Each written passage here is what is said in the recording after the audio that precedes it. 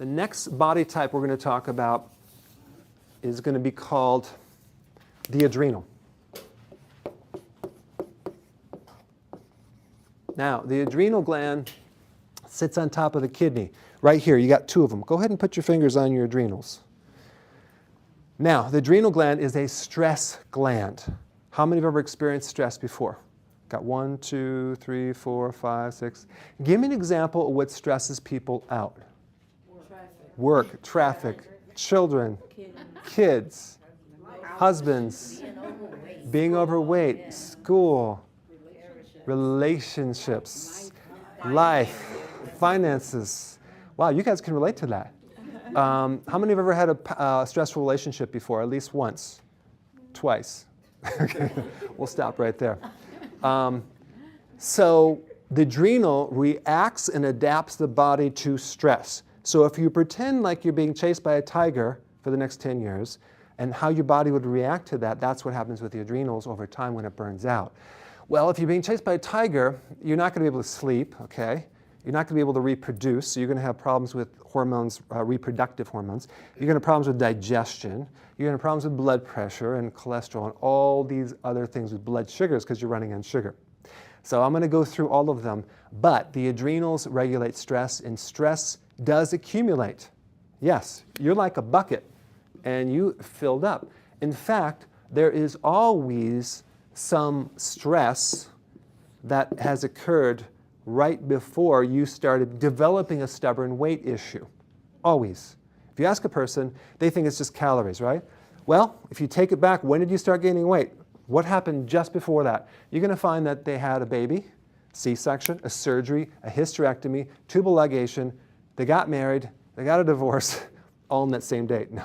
Now, they have just a lot of different stresses. I've had people, even as kids, be overweight, and many times that comes after an asthma attack or an ear infection or a throat infection. So many things that can stress the body out. But stress does accumulate, and over time, you develop too many applications on your desktop computer, which is your body. So all these things accumulate, and you're just like a bucket of stress. Some people, when we measure the inside of you, are so jacked up, they can't sleep, they can't relax. So I would say probably the biggest thing that stresses people out are other people. Is that true? There's certain personality types that kind of get to you. You got the whiner, right? They're like, will you please help me? Will you please help me? Do they ever accept your help? No. You just want to help. You just want to like, okay, let me push you downstairs. Now do you want my help? So it's like you have whiners. You have the antagonistic person who's rude. You have the real depressed person that brings you down. You'll give them a solution. They say, no, that will never work.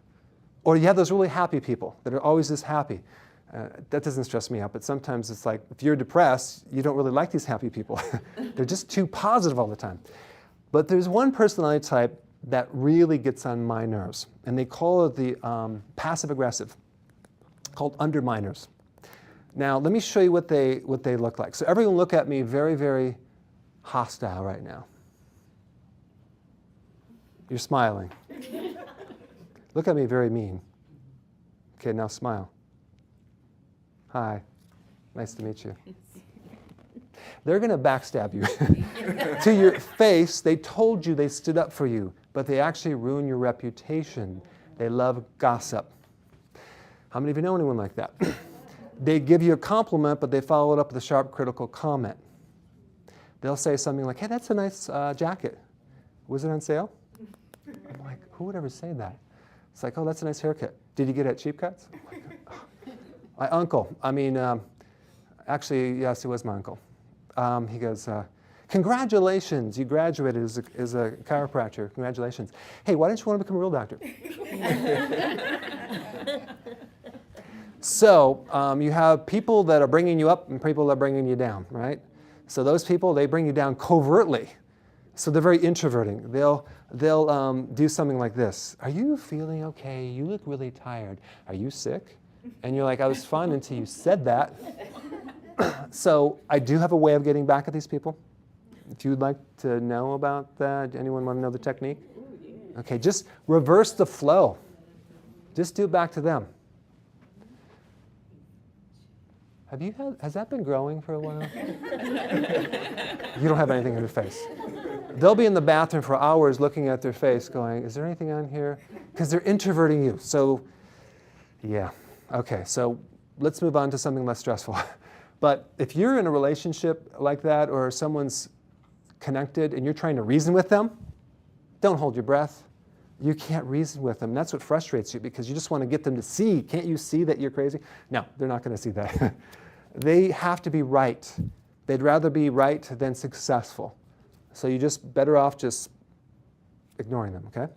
So adrenal, when the adrenal gland gets burnt out, your tolerance for stress goes down. You don't tolerate people anymore. People get on your nerves. You become edgy, especially incompetent people. People that make mistakes. You kind of like, you might react more than you should, right? You're not going crazy, okay? It's the adrenals. Because the tolerance of stress, your ability to tolerate stuff, this kind of buffers it. So sometimes that buffer goes down and you're just kind of on edge all the time. The way you think, it's not linear. It's like popcorn thoughts, just come in there like this. Your memory starts, the adrenal affects the GPS in the brain. So it's kind of like you're going downstairs, you're like, what am I looking for again? Got to backtrack, okay? You'll be talking to someone, but you're actually having another conversation in your head.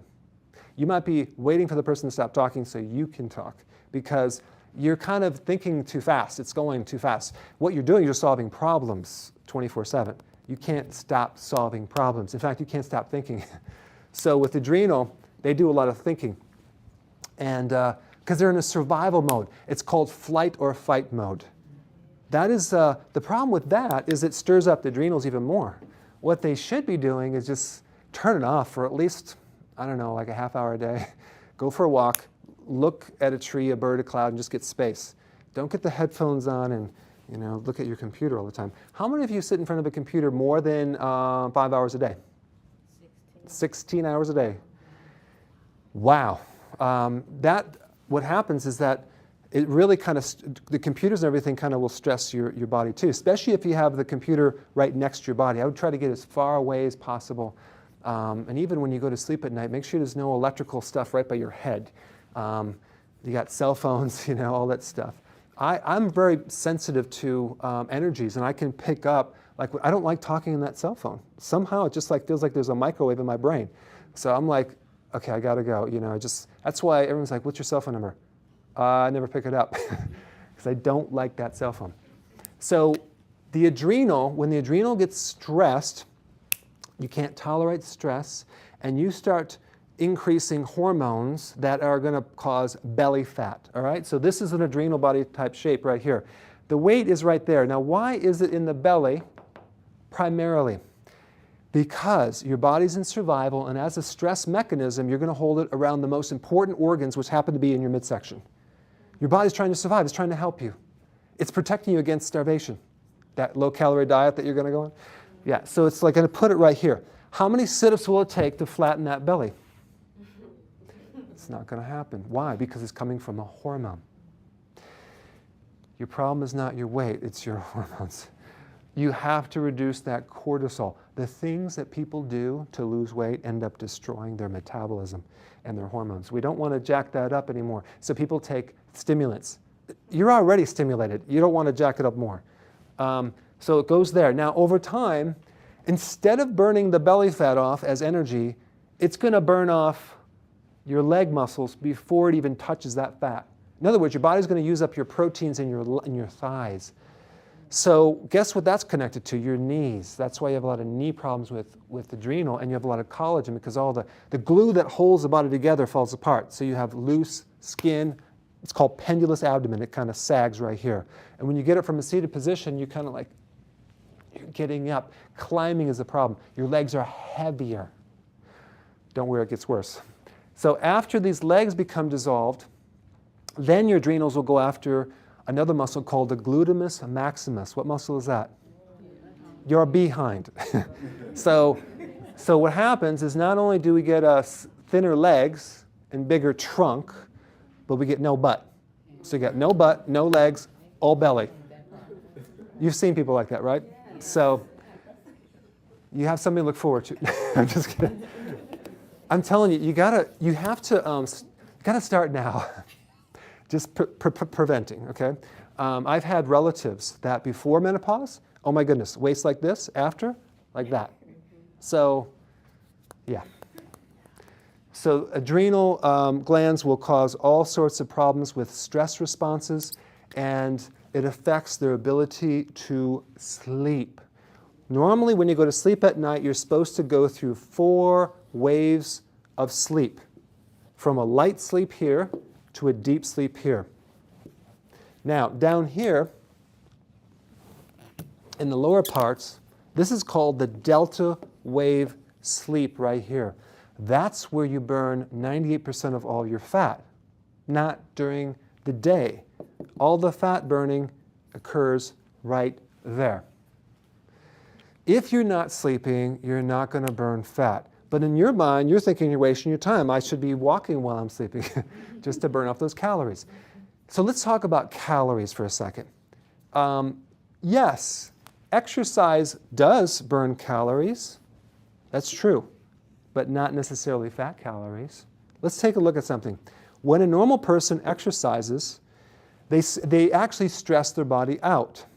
Okay, it sounds pretty interesting, but what all the benefit from that exercise occurs in the recovery 14 hours to 24 hours later when you're in the deep sleep, if you're sleeping, if you let yourself recover. You ever hear that workout called the P90X or the insanity workout? I normally see people who are like 45, they start doing that. You ever see the videos? They have like 18-year-olds. If you have low recovery, like low endurance, low fitness, and you do that, something that high, you're going to hurt yourself. You're going to pull a hamstring. I see it all the time. My son, I took him to wrestling practice, and he's like 16, 17. I was wrestling in college. We go there, and all the fathers are around the mat. They're standing around the perimeter with their shoes off, with their socks on, waiting to jump in there, because in their mind, they're still 18. One guy breaks a rib. This guy, he runs out of, almost like had a heart attack. It was hilarious. So mentally, you might still be 18. Physically, you may not be quite that level. So it really, all the benefit occurs in the recovery after the workout. So when you exercise, you stress your body, and then you're supposed to recover. And that's when you burn the fat, not during the workout. If you don't believe me, go work out 3 hours and weigh yourself before and after. You'll burn 900 calories, but no actual weight loss. Okay, so it's all right here if you can recover. Adrenal cases don't recover that well, so they don't adapt. So the exercise only as good as if you can change or adapt to it. So that's really what we're dealing with, is how do you get your body to change from the things you're doing it? How many found when you're 18 you can pretty much eat anything you want? And really, you can just get away with it, right? How many found you can't quite get away with it now? What is the difference? The difference is your metabolism, the rate, your metabolism. Okay, that's really what's broken. You really have to exercise based on your ability to recover from it. It's better off for adrenals if you go walking on a flat surface than to get on that treadmill to burn off the calories. So the thing that people do, cut calories, starvation, exhaustive exercise, is the exact thing that's keeping that weight there. And they're frustrated because they've been taught that, oh, everyone knows that you just have to exercise and diet. Oh, really? Well, those people that are saying that have never probably worked with one person, I bet. I've been there in the field of weight loss for 25 years. I worked on 35,000 different people. I believe a patient, because I observe them, they're eating good and it's still not working. They're doing the treadmill, it's still not working. So it really has to do with the internal. So we want to adjust the workout to your ability to adapt. That's why you can't put everyone in the same program. Everyone needs their own program. So with adrenal, either they can't get to sleep because they're so wound up and they can't relax because they're thinking so much, or they get up in the middle of the night like 2, and just like they're more awake at 2 than they are during the day. In fact, right after lunch or 3 o'clock, they're just ready to go to sleep. So either they can't get to sleep, they can't stay asleep, or the bladder, which actually is controlled by the adrenal, has to eliminate. So they're getting up urinating several times a night. That's adrenal. The best sleep for the adrenal is a half hour before the alarm clock goes off, right there. Right when you finally get to sleep, that's when you got to get out. Can anyone relate to that? Yeah. Don't worry, it gets worse. So we got the adrenal will affect the sleep, create an inability to see change from a workout, and it also will affect your cognitive.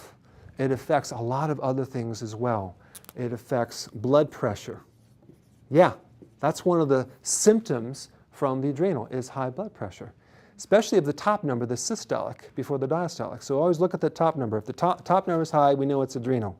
So because your body's, you lost that recovery mechanism to kind of keep the pressure down. So you have blood pressure, we have blood sugar. Yes, diabetes is a symptom of adrenal because they control the sugars. Blood cholesterol is adrenal. Yeah.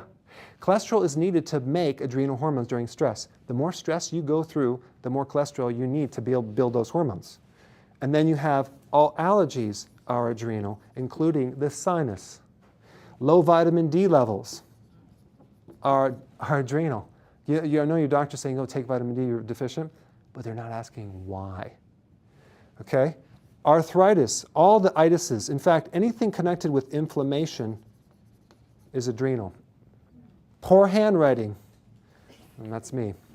I could write the first part of the word, but the last part just kind of gets all lost. So what this means, blood pressure, blood sugar, blood cholesterol, allergies, vitamin D, inflammation, and cognitive issues, insomnia. Other than that, you're perfectly healthy. Now, here is the problem. What happens is that the medical system treats these. They don't ask why. There's no evaluation. What they'll do is take that symptom, okay? These are symptoms.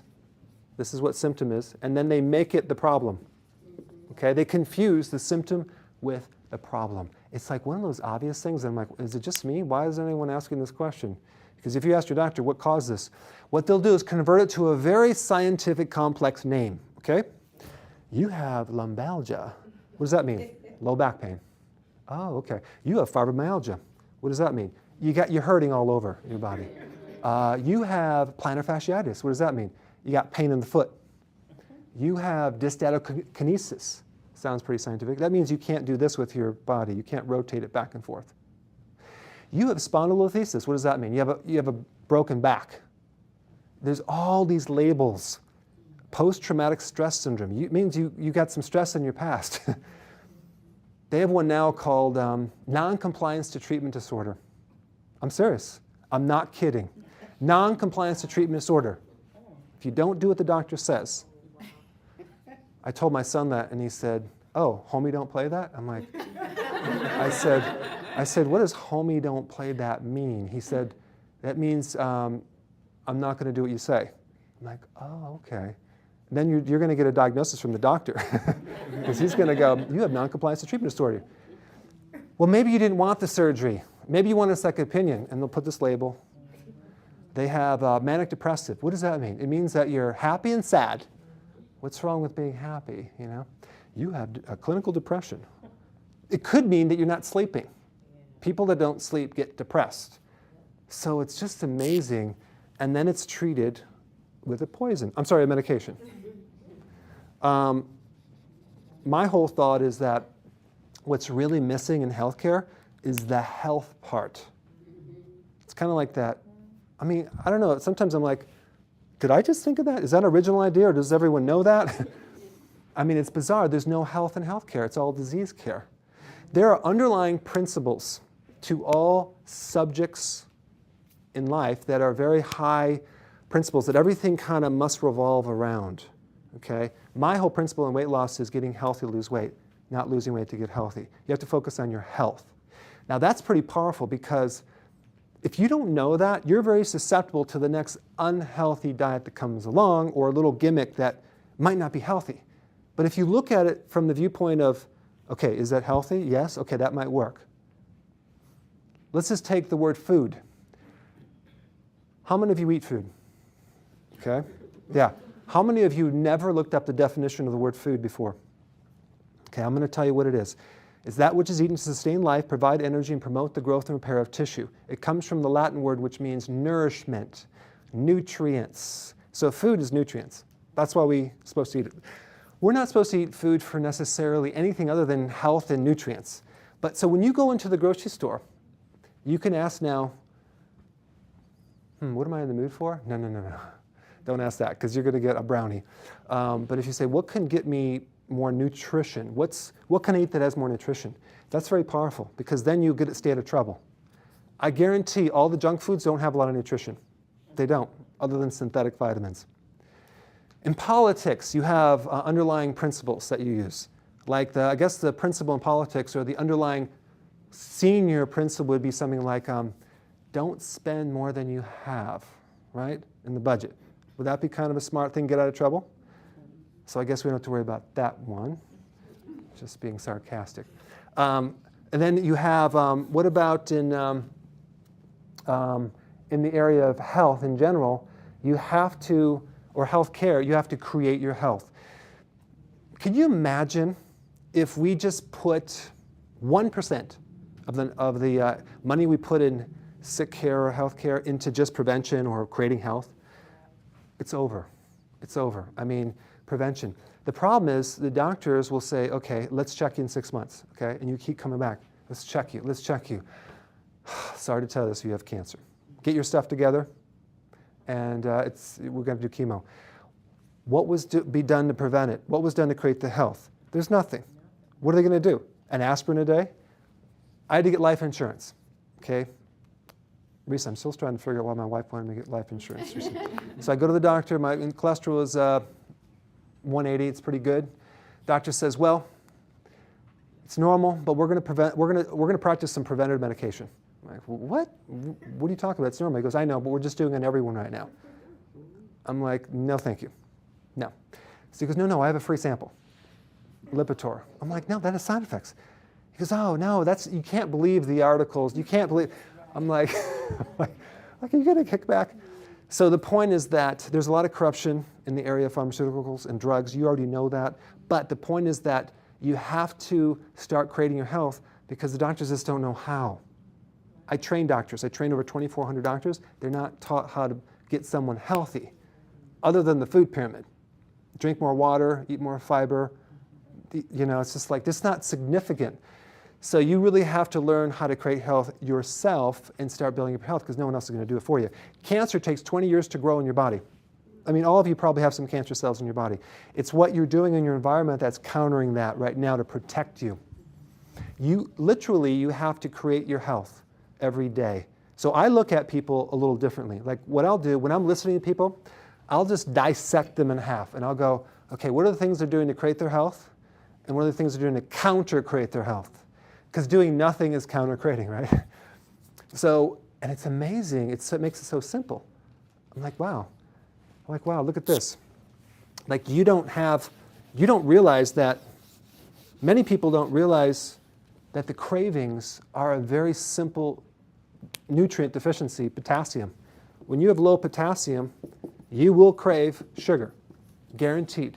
When you get your daily amount of potassium, you will not crave sugar. It's that simple. How many of you crave sugar? Okay, if I tell you what to do, would you do it to get rid of cravings within 24 hours, or actually 48 hours? Okay, so do this thing right here. Normal amount of potassium we need is 4,700 milligrams a day. Now, what food is high in potassium? Bananas, right? That's 400. Okay, how many bananas would it take? 12. 12 bananas, right? So you're not going to do 12 bananas, okay?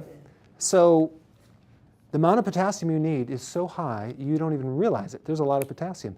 So what you can do is you can have all the leafy greens. You would need 7 cups, just 7 cups. It's not hard. Couple salads a day, and you will fulfill your daily amount requirement for potassium. You will not have cravings. It's wonderful to help protect against diabetes, this right here, because when you have that potassium, it helps stabilize your blood sugars. But how many of you really don't consume 7 cups of salad a day? Hardly anyone does. how the heck are you ever going to get your potassium? So this is the problem, is we don't really know what foods have the right nutrients, and the soils are so depleted. If you wanted to get your basic nutrients of trace minerals, okay, those are the little minerals that you need in small amounts, in your food right now, with the soils the way they are, you would have to consume 27,000 calories of food. Yeah, so that's going to be pretty hard, isn't it?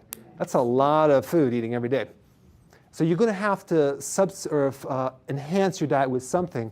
Just make sure it's the right nutrients, plant-based. You have to concentrate. But yeah, this is the problem, is that people don't know how to create health. And so it's kind of crazy.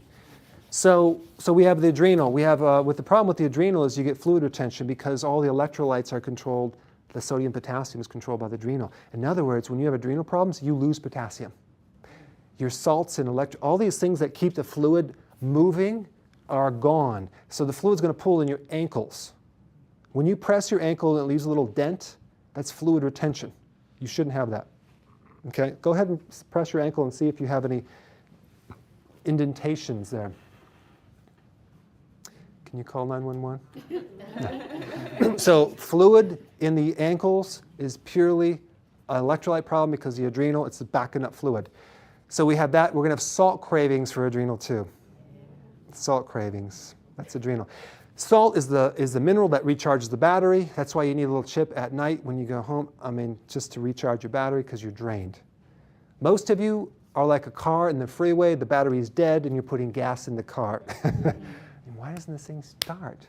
Now you're pushing the car. It's getting kind of heavy. So electrolytes, fluid.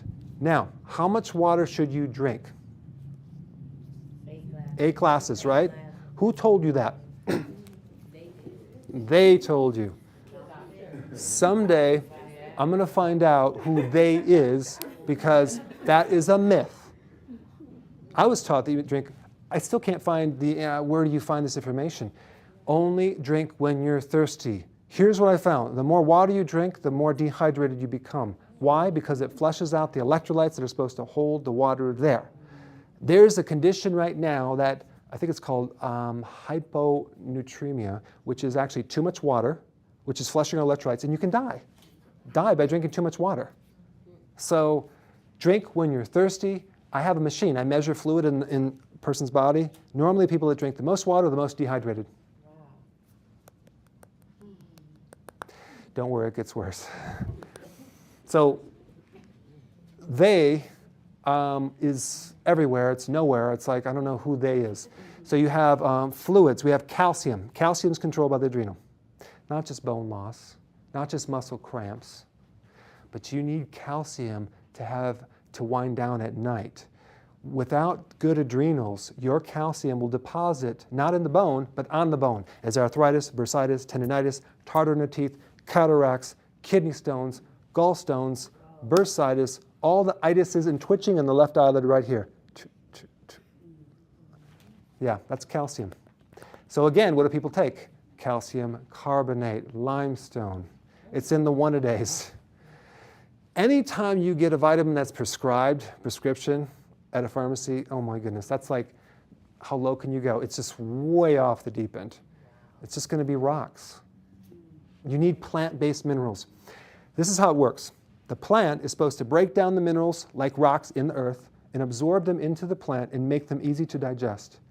The plant-based minerals are 10,000 times smaller than rocks and metallic minerals that you would get like sea salts. Yeah, 10,000 times smaller. So that would be the equivalent to a golf ball to the Empire State Building.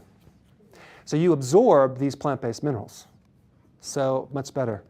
You ever find that when you eat food, you don't feel satisfied? Like it just doesn't quite, even water just doesn't satisfy you because the nutrients aren't there. Why do you think you keep craving? So it's a deficiency.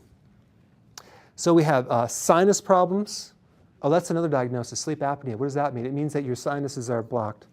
Like it's just amazing how it's gotten out of control.